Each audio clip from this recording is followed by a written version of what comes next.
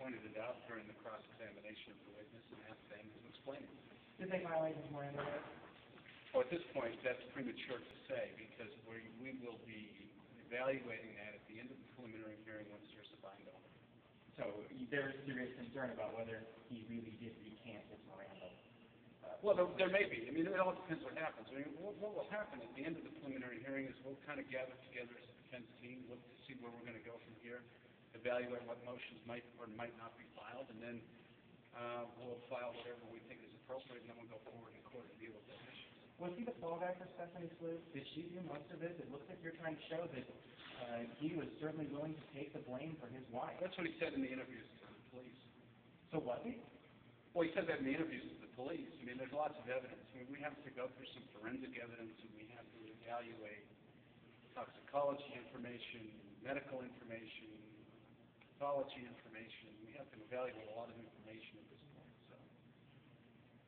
It sounds like multiple times in the semester. I guess that goes back to what you have been saying now. I guess I didn't know he's been saying that all along. We've just been telling the police that. That's what we told the police.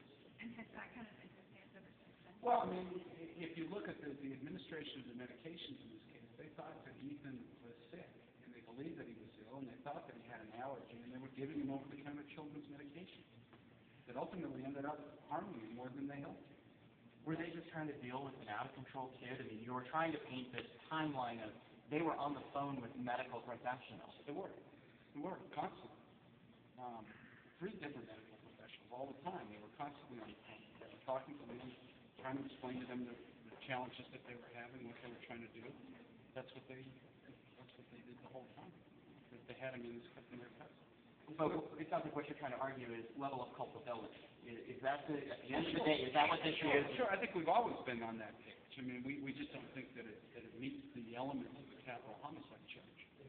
Yeah, we've always felt that. He was involved, the child died, of course, and he was involved in the death, but it's not what level the most. That's right. Yeah. What about maintenance drugs? Should the police allow them to take that for interrogation? Well, I don't know. I mean, that's another one of those issues that we'll be dealing with when we finish the preliminary hearing. Preliminary hearing in this stage, it's sort of an informational gathering portion for us, and so that's what we were doing. Is to try to figure out what happened, how it happened, explanations from the police about why it happened.